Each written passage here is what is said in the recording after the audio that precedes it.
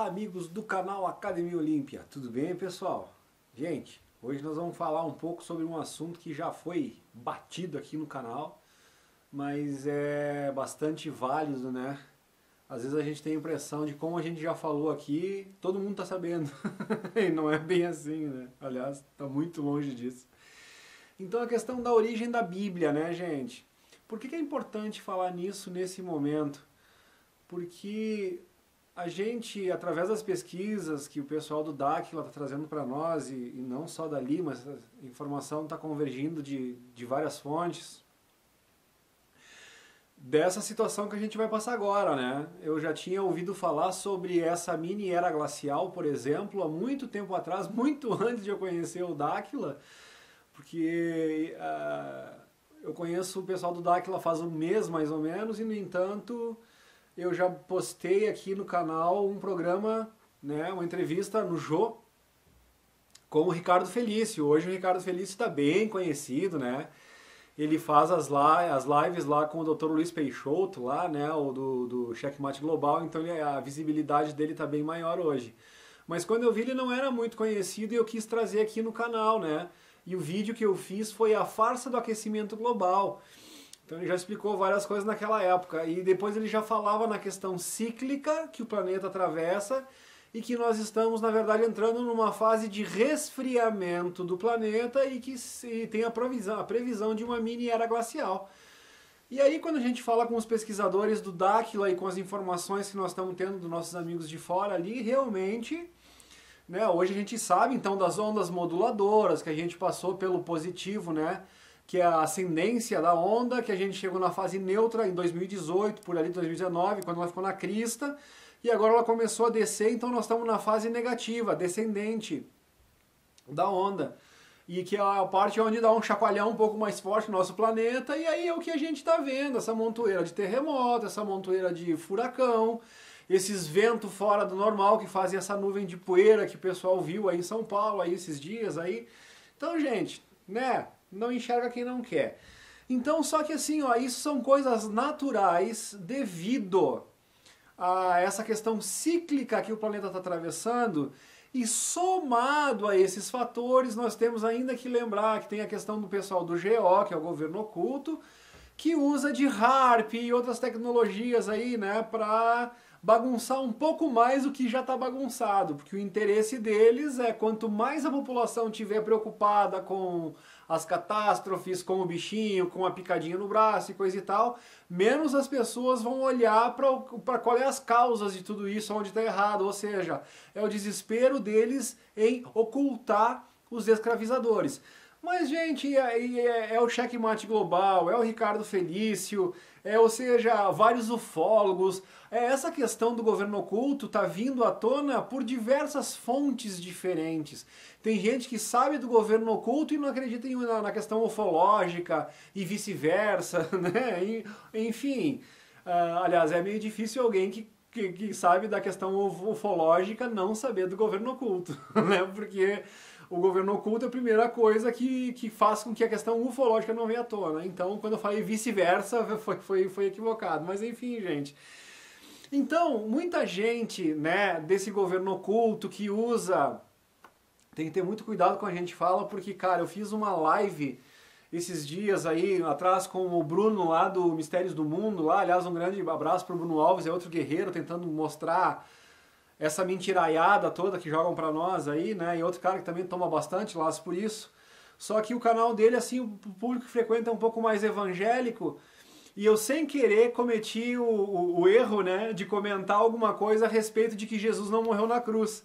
Pronto, o pessoal começou a me escarnar lá no canal dele, cara, mas foi tanta ofensa, tanta ofensa. E aí tu fica às vezes até pensando, fica o raciocínio aqui também, de olha quanta gente se diz cristão, mas a primeira coisa é atacar da forma mais cruel, né? e aí eles esquecem os próprios ensinamentos que Jesus disse pra gente, né? Por exemplo, ó, cuida com o que sai da tua boca. Não te preocupes em comer com a mão suja, porque o mal é o que sai da boca do homem, porque é o que vem do coração. Então, o que tem de gente que se diz cristão, mas é da boca para fora, é gente que vai no culto todo fim de semana, que fica, aleluia, Senhor, aleluia, Senhor, mas na hora de ter a ação correspondente ao que foi ensinado por Cristo, é totalmente diferente. É gente que ataca com paus e pedras alguém que tem uma opinião diferente, daí eles acham que eu não acredito em Jesus Cristo, eu não falei isso em momento nenhum. Para mim, Cristo Jesus, os ensinamentos dele é o grande mestre, e eu tento no meu dia a dia aplicar os conhecimentos. Então eu não fico berrando Jesus para cá, Jesus para lá, coisa e tal. Eu gosto de fazer às vezes, né? Quando eu sei que tem gente que gosta muito de mentir e vai nos cultos e faz estudo bíblico, aí quando eu sei que eles estão mentindo, eu falo para eles, em nome de Jesus, entendeu? Aí eu gosto de falar só porque como eles usam isso a toda hora, que eles são os propagadores, que eles fazem estudo bíblico, que eles vão na igreja todo tempo, e aí quando tu fala esse tipo de coisa, cara, eles vão ficar muito bravo contigo, eles vão te atacar, eles vão te ofender. Por quê? Porque tu tá mostrando para eles naquele momento que eles falam, mas não fazem como Jesus, né? Então é complicado. Então se vocês quiserem ser realmente cristãos, né? Ajam como, sigam o exemplo, não fiquem só falando e gritando parábola bíblica e versículo bíblico e não sei o que, mas na hora de agir, o que tem gente que vai lá e dá dízimo e paga dízimo pra igreja, mas quando vem uma pessoa necessitada no carro dele, não, desencosta que tu vai sujar meu carro. Né? Então, aonde está a capacidade? Ah, não, eu vou fazer uma oração por aquela pessoa. Tudo bem, também é válido. Mas e agir? Ir lá e comprar um saco de arroz, né? Ir lá e dar e doar para aquela pessoa. Ir lá e doar um agasalho na época de... Quem é que realmente age? Né? Então tem muita discrepância entre o que as pessoas falam e entre o que as pessoas praticam. Né? Então a gente tem que ter cuidado com isso. Então tu vê, ó, eu fui lá no canal do Bruno, foi quase linchado vivo lá. E as pessoas, não, porque não sei o quê, porque tu é um herege, porque... Sim, eu sou um herege, eu penso diferente. Heresia é pensar diferente, não é nenhum pecado, nunca foi nenhum pecado. Então as pessoas usam as palavras, ai, porque é o Apocalipse, Cara, o Apocalipse é a revelação, é a verdade que está vindo. Mas alguém, quem que criou toda essa questão que quando tu lê a palavra herege na Bíblia parece que é um pecado, parece que tu está indo contra Deus, não tem nada a ver com isso. Que quando tu fala em Apocalipse é destruição, não tem nada a ver com isso. Entendeu? É um período de turbulência, sim, mas é um período de revelação, onde as pessoas acordam para o que está acontecendo. Então a gente vem aqui para falar sobre isso, pessoal, né? Que existe Deus, sim, existe uma força suprema, criadora, abundante, do bem, como a gente, dentro do nosso conceito de bem e mal, ela é do bem, mas ela tem a questão da dualidade. Então, quando nos foi dado o livre-arbítrio, é assim, a gente pode fazer o que quiser, mas por que Deus não impede que esse pessoal do governo oculto massacre a população como eles estão massacrando? Porque assim, cara, a gente veio para esse plano aqui pra gente fazer o que a gente quiser, ou seja, qualquer um pode plantar o que quiser, tu pode prejudicar o teu semelhante e Deus não vai vir aqui te impedir, só que tu vai colher o que tu plantou. Tu é livre para tu plantar o que tu quiser nesse nosso planeta aqui, nessa nossa dimensão. Tu planta o que tu quiser, ninguém vai te impedir de tu plantar. Só que tu é atrelado à colheita. O que tu plantar, tu vai colher. Então aí começa a ter o problema. Então por isso que eu digo, vocês que ficam aí, Jesus, cristão, mas não agem como, ó, cuidado com o que vocês estão plantando. Tá bom? E cuidado com o que vocês falam, porque como ele próprio disse, o mal é o que sai da boca do homem, porque isso vem do coração. Então, ó, vamos ficar atento. Tá? Vamos ficar atento. Então, acredito em Jesus, e Jesus é o grande mestre, né? A mensagem que ele nos trouxe, que Deus está dentro de você. Há vários mundos no reino de meu Pai. Meu reino não é daqui, há várias moradas, né, nos reinos de meu Pai.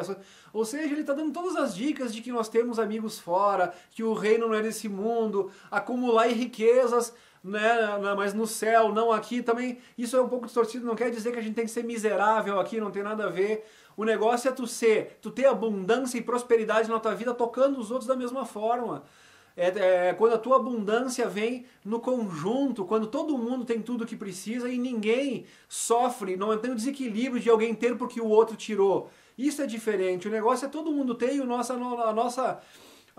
planeta ele é extremamente abundante e teria todo para todo mundo. Teria tudo para todo mundo. Por que não tem? Porque alguns, para ter o controle sobre a população, né, sobre a massa do mundo, tiraram as tecnologias e as abundâncias para que nós ficássemos dependentes deles, para que eles continuassem reinando e para que nós continuássemos fazendo as coisas que eles precisam que a gente faça. Né? Então, não é que não existe Deus. O que a gente está vindo trazer aqui hoje, gente, é que aqueles que escreveram este livro, que dizem que é o livro sagrado e não sei o que, se dizem oniscientes, mas precisam mandar o cara enfiar a faca no coração do filho para saber se tá falando a verdade. Se dizem onipotentes e fazem os mandamentos dizendo, mas não matarás. Mas a primeira coisa que faz com Moisés lá é mandar, que aliás é o Indubsar, né, em sumério, é mandar o cara pra guerra matar crianças da outra tribo lá. Ou seja, que Deus seria esse tão controverso que vai lá e diz pro faraó, pro Moisés, vai lá e diz pro faraó libertar meu povo. Aí o Moisés vai lá, pede pro faraó libertar o povo, mas aí o próprio Deus vai lá e endurece o coração do faraó e não deixa que o povo... Então que Deus seria esse que fica brincando com as pessoas? Não faz o menor sentido, gente. Né? Que Deus é esse que diz que é pecado buscar conhecimento? Aí vem Jesus tentar nos abrir os olhos e dizer, gente, só através do conhecimento tu chega à verdade, só a verdade vos libertará. Mas se é pecado, se a Eva foi expulsa do paraíso porque buscou conhecimento, então Deus não quer que a gente fique livre. Né? Então esse Deus que está se apresentando ali é o Deus que quer que a gente seja dependente dele. Não pode ser essa força suprema, onisciente. Né? Quem é que vai imaginar um Deus com ciúme, um Deus com raiva, um Deus que indigna, um Deus que pune? Então, cara, não bate, né? Então sim, existe uma força suprema, criadora, do bem, tem. Não é esses caras que se apresentaram como deuses ali na Bíblia. Então, só para não ficar na falácia, para não ficar falando em suposição e coisa e tal, a gente traz aqui alguns registros históricos para que os contestadores, né, esses que gostam de vir ofender bastante a gente, que aliás não são os praticantes da verdadeira palavra de Jesus, mas assim, para que eles tenham acesso a um pouco mais de informação, que eles possam ir atrás de pesquisar o que está sendo mostrado aqui e concluir que, cara, né, não é porque a gente está abrindo os olhos dizendo que o que eles chamam de livro sagrado não é 100% verdadeiro, não quer dizer que não exista essa força suprema, não quer dizer que nós somos do mal, pelo amor de Deus, muito pelo contrário. Nós estamos aqui pregando a paz, pregando a cordialidade, pregando a união, pregando a abundância, pregando a prosperidade, sem dizer que tu tem que pagar um dízimo para um pastor que está enchendo o rabo de dinheiro, andando de carro importado para cima e para baixo e rindo da tua cara, velho. Na boa, gente. Então vamos abrir os olhos, cara. Quando Jesus vai lá e cura alguém, e as pessoas vão agradecer Jesus, e ele dizia, a tua fé te curou. Para começar, já houve um problema de distorção na palavra fé. Assim como tem essa questão, né, de uma ótica diferente que eles colocaram em cima da palavra apocalipse, da palavra herege, também tem da palavra fé. Que fé, quando tu vai pesquisar e tu vai ver a origem mesmo, é concentração. Então quando foi Pedro, né, que desceu lá Pedro que desceu do barco lá e começou a caminhar em direção a Jesus, de repente começou a afundar, né? Porque ele duvidou de si mesmo do que ele, em tese, seria capaz de fazer, né? Mas eu não sou Jesus, Jesus caminha sobre as águas, eu não sou Jesus, eu não sou ele, quando ele começou a afundar. Então quando ele teve o medo, a dúvida foi semeada no coração, ele perdeu o que é a fé? Perdeu a concentração. Então, se vocês forem pesquisar, fé é concentração. Jesus quis dizer homem de pouca concentração, mas daí eles já fazem todo aquele rolo e colocam fé como a gente tem que acreditar em algo externo para fazer a coisa por nós que nós podemos fazer. E Jesus disse, Deus está dentro de você, Deus habita no seu coração. Então é essas coisas que nós temos que resgatar e entender o que está escrito na vida, né? 25% mais ou menos do que está lá são os fatos, o resto foi uma novela criada em cima daquilo com o interesse do GO, do governo oculto, de manipular, de fazer a gente ficar nessa roda de samsara, achando que a gente leva uma vida justa, morne, mas nós somos pecadores, já nascemos pecadores e a gente tem que voltar para cá para resgatar alguma coisa, segundo a teoria dos espíritas, e a reencarnação realmente existe, e daí eles aprisionam a gente nessa roda de samsara, aqueles que já deram um passo adiante, né, já entenderam a roda de samsara também. Então, gente, vamos voltar para a Bíblia. Então, para a gente entender a confusão toda que foi feita, quem manipulou, qual o interesse que manipulou, como foi feita essa manipulação e aonde está a verdade que está oculta na Bíblia, vamos falar um pouquinho sobre tudo isso, tá? Então, a maioria dos ensinamentos da verdadeira história estão nos livros apócrifos.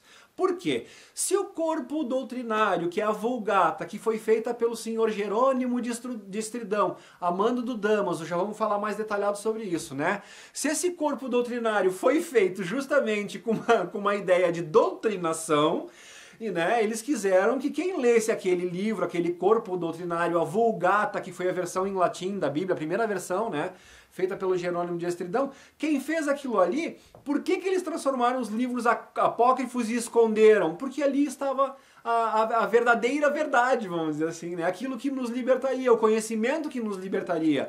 Então eles pegaram meias verdades, juntaram esse corpo doutrinário e foram, o quê? Nos doutrinando ao longo desses séculos todos, para a gente limitar o nosso conhecimento achando que tudo que está ali é verdade, que tudo que está ali é o que nós precisamos para a nossa vida, para o nosso desenvolvimento espiritual. E não é. Aliás, muito longe disso. O que está ali é o que impede o nosso desenvolvimento espiritual, porque a gente fica, sabe, e é estudo bíblico, coisa e tal, tentando entender o que eles quiseram falar com as parábolas. Não, porque ele falava através de parábolas, né? Então fica decifrando as palavras, as parábolas, aí tu vai um pastor mal intencionado, distorce aquilo, dá uma intenção diferente e convence o cara que para tu ser bem e bem financeiramente na vida tu tem que dar dinheiro para a igreja, sabe? E tem essas distorções aí que o pessoal vai fazendo de interpretação. Então, por que cabe essas distorções de interpretação? Justamente porque esse corpo doutrinário ele foi manipulado, ele foi mais ou menos desenhado, digamos assim, ali para causar essa impressão, para causar essa confusão, para que a gente não entendesse, para que a gente precisasse do intérprete, para que a gente precisasse do quê? Do intermediário que pudesse fazer com que nós entendêssemos a palavra de Deus. Aí tem que vir um padre, tem que vir um pastor para explicar para nós a palavra de Deus, porque, gente, nós somos muito burros para entender. Será que é isso? Não, né, gente? Então a gente vai clareando os pensamentos e a gente vai olhando para o lado, a gente vai vendo as coisas e a gente vai vendo que aquele Deus bíblico que está ali não nos dá a nossa satisfação, o nosso desejo de conhecimento, ou seja, não preenche as lacunas. Por isso que a gente vai migrando. A gente começa no catolicismo, aí tu vai lá, frequenta outras igrejas, aí depois tu descobre o espiritismo, aí que nem o caminho que eu fiz, e muitos que estão chegando à mesma conclusão que eu também fizeram. A gente vai passando, não é que a gente escolhe uma coisa e mergulha ali. A gente mergulha, aprende, e chega num ponto que não te satisfez, tu passa para outro, aí é o espiritismo, aí te resolve algumas coisas que o catolicismo e as outras religiões evangélicas não te explicavam, tu dá um passo adiante, mas chega num ponto que tu também fica estagnado. Aí tu pula para ufologia e assim tu vai caminhando, e é uma hora, cara, para quem busca a verdade, aparece, clareia. Né? Mas tu tem que te permitir, tu tem que buscar, tu tem que sair da tua zona de conforto, tu tem que pesquisar assuntos que vão ser realmente rompedores de paradigmas e que vão te deixar desconfortável, bastante desconfortável com tudo que tu aprendeu, porque tu começa a ver que nada é o que te disseram que é na escola, na sociedade, né? O que tá aí fora, o que a mídia te coloca, o que as escolas te colocam, o que a religião te coloca, não tem nada a ver com a realidade. E aí quando tu descobre isso, claro que tu vai ficar chocado. Por quê? Porque tu vê que isso está sendo massificado, está sendo empurrado, está sendo martelado na cabeça da galera há milênios, cara, né? E tá cada vez mais difícil de tu conseguir fazer as pessoas pensarem, raciocinarem, ligarem os pontinhos, parece que tá...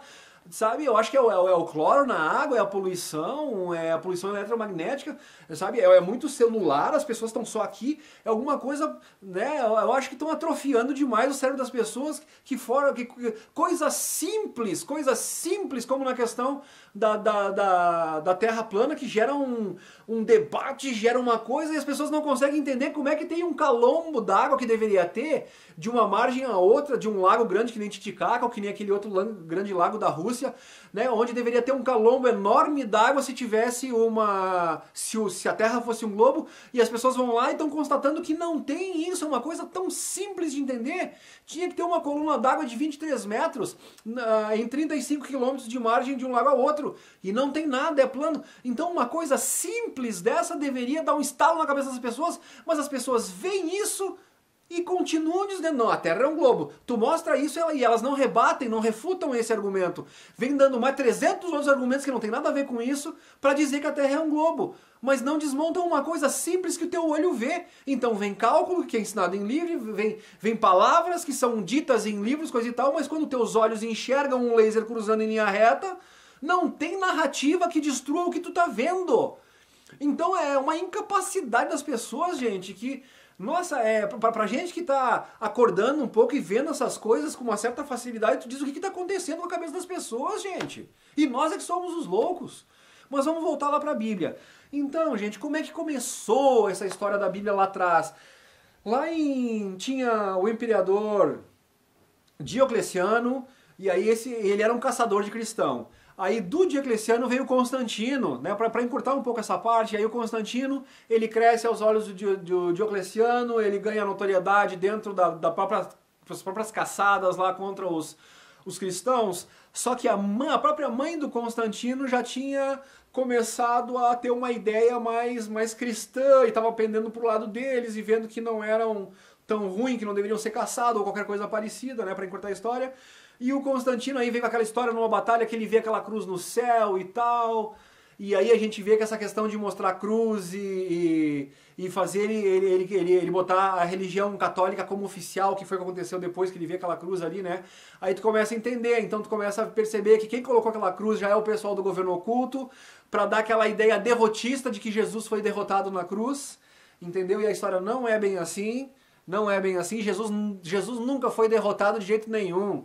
Vocês acham, vocês que acreditam em Deus, Jesus, nos poderes que ele tinha, que ele ia se deixar ser pregado numa cruz, gente? Então essa é a parte, né, que foi distorcida e que as pessoas, não, mas é justamente por isso que nós devemos... Jesus morreu, entregou a sua vida por nós na cruz. Não, gente. Se Jesus veio dar um conceito de vida eterna para nós, ele não ia se deixar matar. Então não é para ficar me agredindo por causa disso. Vamos pesquisar a história. Eu faço uma pergunta para vocês assim, ó, vamos pesquisar quem foi Simão Cirineu. Pesquisem quem foi Simão Cirineu. Aí depois a gente discute se Jesus morreu ou não na cruz.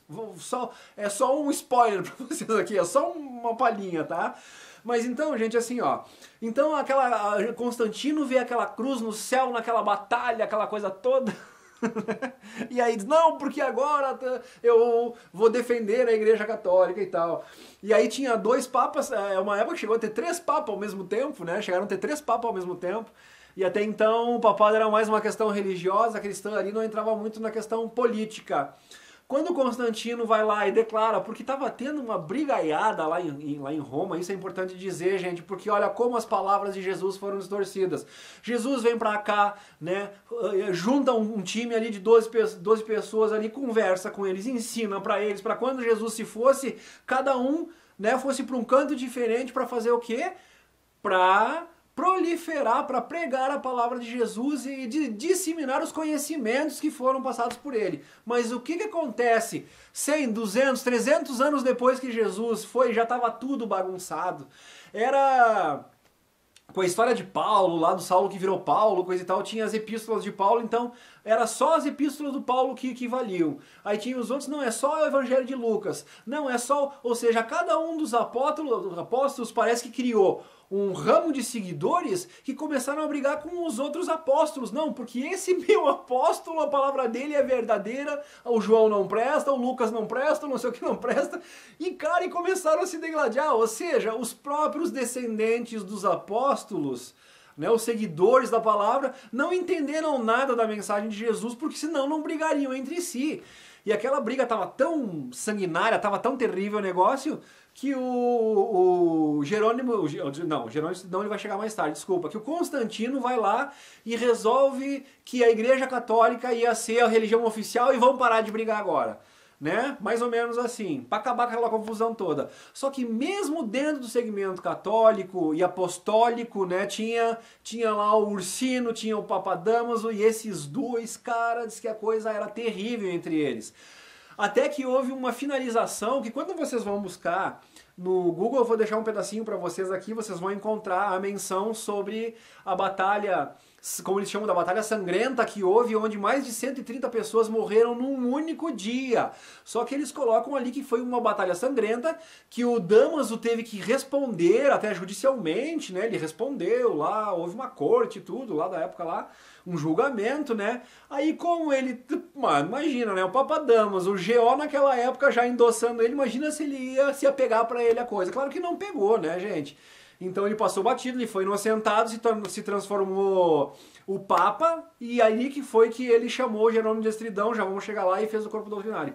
Mas então, nós estamos ainda na parte que o Damaso ainda estava brigando com o Ursino. Como todos eram papas ali da Igreja Católica, ali Apostólica Romana, o Constantino não se metia, era entre eles a confusão ali. E essa batalha sangrenta que eu estou botando aqui para vocês, essa menção aqui no Google que eu achei, eles falam na batalha sangrenta que resultou num único dia 130 pessoas, mais de 130 pessoas que morreram da parte do Ursino, mas não contam como é que foi. Então eu vou dar mais uma palhinha para vocês e vocês podem ir buscar. Ou seja, acho que muita gente que frequenta aqui também, né, deve ter passado em algum momento no canal do Jean Valjean, o Rogério de Freitas, que é o Jean Valjean lá, né, o pseudônimo dele. Ele assina os livros, vários livros que ele escreveu como Jean Valjean, e ele conta essa passagenzinha aí de como foi essa batalha sangrenta nos mínimos detalhes, né. Então diz que num belo domingo o Damaso chama o Ursino e diz, cara, ó, os nossos seguidores estão se matando o tempo todo aí, vamos fazer o seguinte, vamos fazer um debate. E a gente vai lá, eu levo os meus, tu leva os teus, a gente se encontra lá, debate, né, faz uma conversação, e quem vencer esse debate fica com o papado e acaba com essa história aí. E o Ursino, não, beleza, vamos lá e tal. Aí quando chegou no belo dia desse debate que eles iam fazer, eles que combinaram numa igreja, o pessoal do Damaso disse, sejam bem-vindos, por favor, entre. Aí todo o pessoal do Ursino entra na igreja, o pessoal do Damaso vai lá, prega todas as janelas, prega a porta dessa igreja, fecha todo mundo lá dentro, taca fogo nessa igreja e assim elimina democraticamente a concorrência. Como não tinha mais concorrente, então essa é a batalha sangrenta que eles falam, das 130 pessoas que eles mataram num dia só, presos queimados dentro de uma igreja vivos. Então esse é o Papa, né? Papa Damaso, essa é a história do Papa Damaso. Papa Damaso I, se eu não me engano, ele foi o 37º Papa da Igreja Católica. Então já tinham tido 36 papas até ali. Né? Então olha como foi difícil o negócio. Se eu estiver cometendo algum errinho aqui, pessoal, sou humano, né? Alguém, por favor, me corrija. Mas tá batendo isso aí. Até eu fiz essa matéria há muito tempo atrás e antes de vir falar de novo pra vocês, eu dei mais uma estudadinha no negócio lá, tá?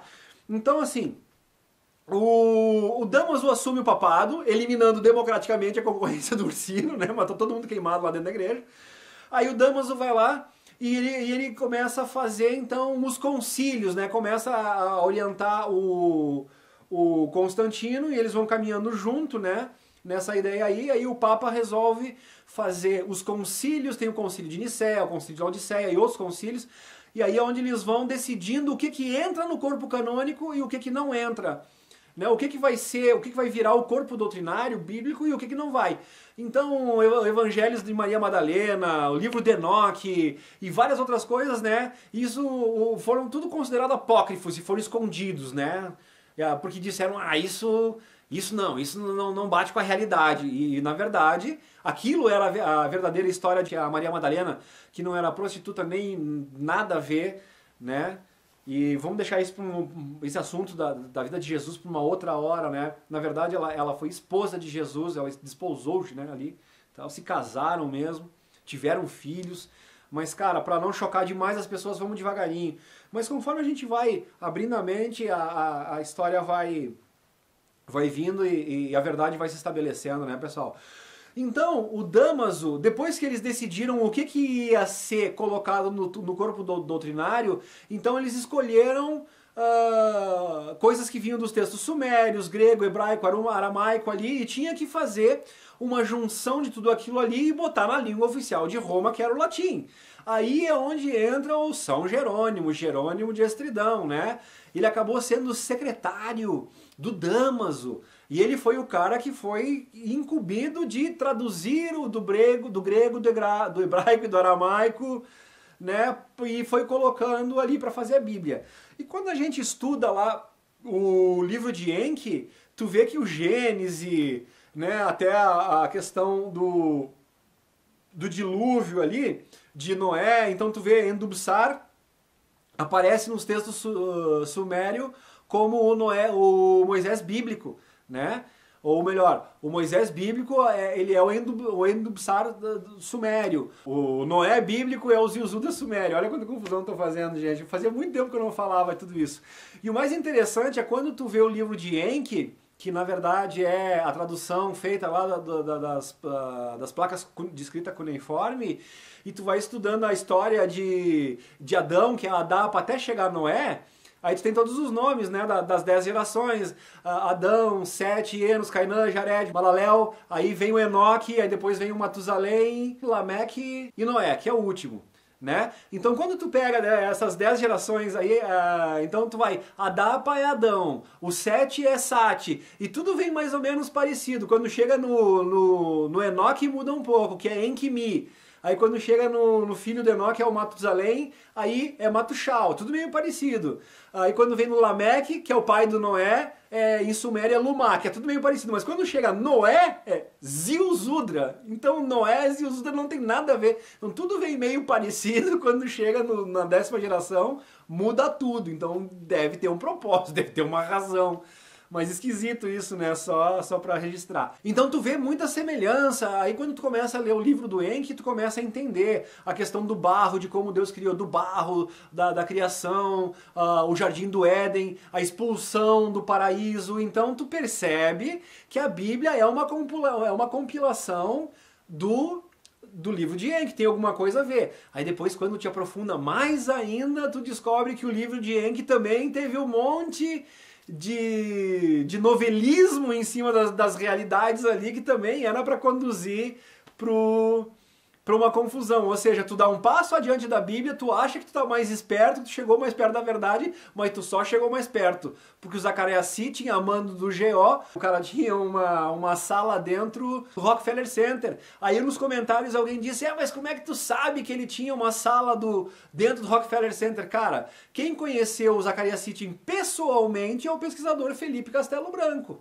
E aí ele está trazendo para nós essas informações. Então ele estuda ufologia desde os 13 anos dele e tal, né? E ele leu todos os livros do Zacariasi, ele me corrigiu muita coisa que eu não sabia também em relação aos Anunnaki. Então a informação vem de fonte quente, gente. E a gente vai expandindo os horizontes, né? Então, gente, quando a gente volta ali no Jerônimo de Estridão fazendo as traduções, então tu vê que a Bíblia tem muito dessa questão no Suméria, então desses relatos todos que vieram. Só que o Jerônimo de Estridão, ele era um cara que ele entendia o grego, do hebraico, do aramaico, então ele foi traduzindo tudo isso, né, mas com a ótica do Damaso, né, e o Damaso estava servindo a quem, gente? Estava servindo ao GO, então tudo aquilo ali já foi, esconde os Anunnaki, não pode falar dos Anunnaki. E daí então, ora, por exemplo, quando dos livros originais, quando eles dizem que Deus, que não eram deuses, aqueles deuses da Bíblia, que são todos Anunnaki, gente. É por isso que quando tem o Deus que fala como Faraó e o Deus que fala com Moisés, são deuses diferentes. Por isso que um manda libertar o povo e o outro diz que não vai libertar. Não é o mesmo Deus, são dois pseudo-deuses que se colocaram como Deus. Aí começa a fazer sentido a coisa. Então aquele que oferece o conhecimento para Eva é um que quer que ela se liberte. Aquele outro que diz que é pecado buscar conhecimento é o outro. Então tu tem, só nesses dois casos tu tem o Enlil e o Enki, que são dois meio-irmãos. Entendeu? E aí começa uma confusão toda. Então, no caso dos hebreus, o Enki estava tentando libertar o povo dos hebreus. O Enlil era o que escravizava. Então, quando Deus falava com Moisés, dizendo, vá lá e diz pro faraó liberar o meu povo, era o Enki falando com Moisés.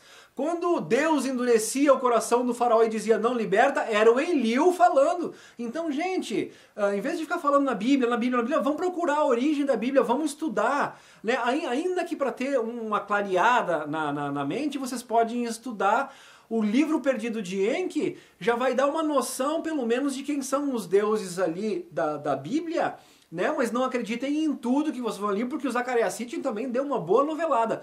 Mas já é uma grande quebra de paradigma em relação à criação, em relação ao Gênesis, em relação ao dilúvio. Então, o Deus que provocou o dilúvio foi um. né? Aproveitando toda a conturbação natural que já estava acontecendo no planeta, os caras foram lá e detonaram uma bomba atômica num iceberg gigante, que foi lá, gerou o dilúvio que veio destruindo tudo, inclusive soterrando Ratanabá e os Murios, a nossa civilização originária do mundo aqui na Amazônia. Com isso eles apagaram essa parte da história e aí o Zacarias Sitchin não fala nada disso, não fala em Ratanabá, não fala em Murios. Então, parece que o dilúvio, que a civilização começa lá. Essa é a parte que o Zacarias Sitchin também esconde. Então ele revelou mais um pedacinho da verdade, mas ainda com o intuito de nós achar que não, a coisa começou lá na Mesopotâmia, lá onde é o Egito, Israel hoje, aquela coisa toda, né? E não é, gente. E as coisas estão vindo, e nós temos todos os registros arqueológicos, e agora o pessoal do Dáquila dizendo, nós achamos Ratanabá, temos as coordenadas, só que não vamos mostrar pro pessoal do GO. Vocês estão entendendo? Estão fazendo a ligação das coisas? Mas para não se perder muito, vamos voltar lá no Jerônimo de Estridão. Então o Jerônimo de Estridão está lá incumbido de traduzir do grego, do aramaico e do hebraico e das placas cuneiformes e tal, no corpo doutrinário para fazer essa Bíblia que faz essa confusão, que joga todos os deuses como um Deus só, e é essa confusão que a gente vê até hoje, pessoal, aí direto, né? Então... vocês estão sabendo um pouco mais sobre a origem da Bíblia. Então a gente não pode dizer que a Bíblia é inspiração divina. Tem gente que acha que Deus, né, que a sabedoria divina encarnou num cidadão que foi lá e começou a escrever a Bíblia. Não é assim, cara. Não é. Teve atravessador, teve a mão humana, teve a maldade humana. O cara que direcionou esse corpo doutrinário se livrou do concorrente, matando todo mundo queimado numa igreja. Então, onde que Jesus deu exemplo? Isso foi ali no quarto século, gente. Entendeu? 325 ali, mais ou menos, depois de Cristo. Então, onde é que está a inspiração divina? Aonde que Jesus falou que tu tinha que queimar todos os teus adversários para impor a tua verdade? Tu entende? Então, tá totalmente descabido isso aí, pessoal. Então, o que está acontecendo com o que a gente está vendo aqui fora? Por que eu fiz questão de vir trazer esse vídeo de A Origem da Bíblia? Para as pessoas estudarem, para elas levantarem a cabeça da Bíblia, porque tem muito atravessador que se diz representante de Deus aqui na Terra, que são os falsos profetas, que vão querer botar na cabeça da galera aí que isso que está acontecendo é aquele Deus vingador se vingando dos pecadores, porque o homem é mau e merece ser castigado.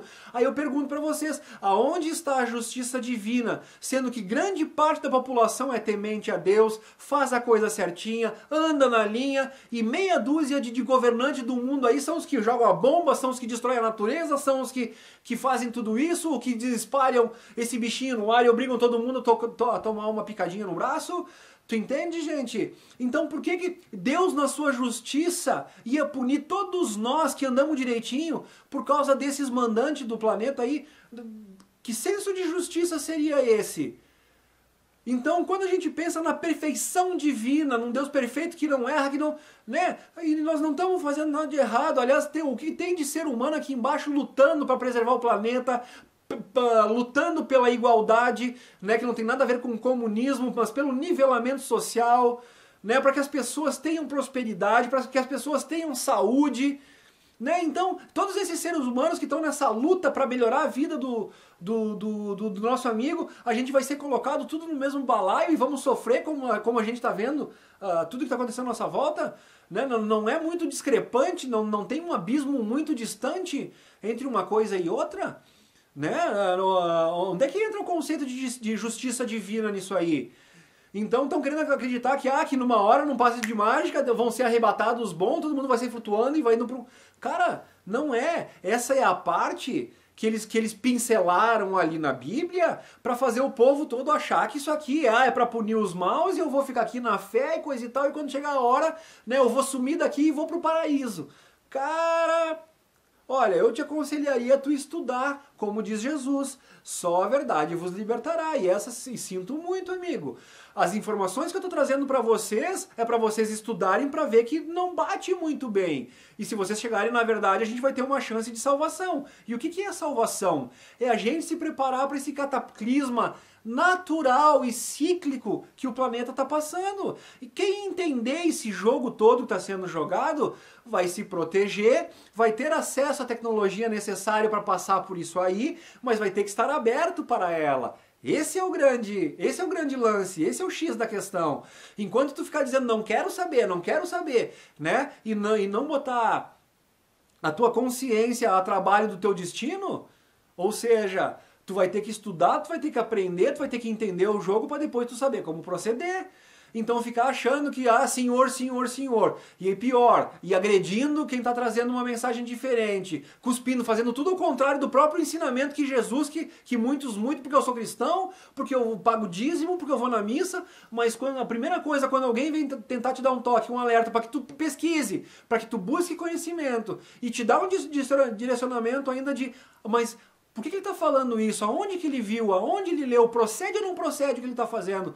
Não, as pessoas não vão se dar o trabalho de pesquisar, elas preferem te atacar. Tu é um herege, tu é um anticristo, tu é um não sei o quê. Cara, antes de eu ficar gritando senhor e senhor para cá para lá, eu procuro vigiar meus pensamentos, eu procuro com o que eu digo para as pessoas que sai do meu coração, entendeu? E não me preocupo em comer com a mão suja. Eu me preocupo com o que sai da minha boca, porque isso vem do coração. E estou aprendendo muito cada vez a praticar, e não só ser um falastrão das coisas, praticar o teu pensamento, não pensar mal das pessoas toda hora. Eu até há pouco tempo atrás, mas bem pouco tempo atrás, eu ainda achava... válido, por exemplo, atacar os que eu tenho certeza que são do mal, os que eu tenho certeza que estão mentindo. Depois, estudando mais com o pessoal do Dáquila, com o Otávio Reis, entendendo a questão científica da energia, né, da ciência hilarial e coisa e tal, e aí tu começa a entender o que é tu te envolver com as pessoas, o que te gera de prejuízo a nível energético. Então tu ir lá e tu te envolver com uma pessoa, porque quando tu aponta uma pessoa que está fazendo a coisa errada, mesmo que ela esteja mentindo, tu cria um vínculo energético com essa pessoa, e era isso que eu não entendia, que eu não sabia. Então às vezes a gente quer atacar a mentira onde ela está, atacar o veículo daquela informação falsa, mas o problema é que a gente ignora esse atrelamento energético. Sabe aquela coisa do emaranhamento cósmico das partículas, que estão o entrelaçamento cósmico da física quântica? Então olha aí exemplos um pouco mais praticáveis no nosso dia a dia, a gente vai entendendo isso. Entendeu? E a minha vida está mudando, as coisas estão mudando, gente, de uma forma que futuramente eu vou poder dar depoimentos melhores. Se eu for falar hoje coisas que estão acontecendo na minha vida, as pessoas não vão acreditar.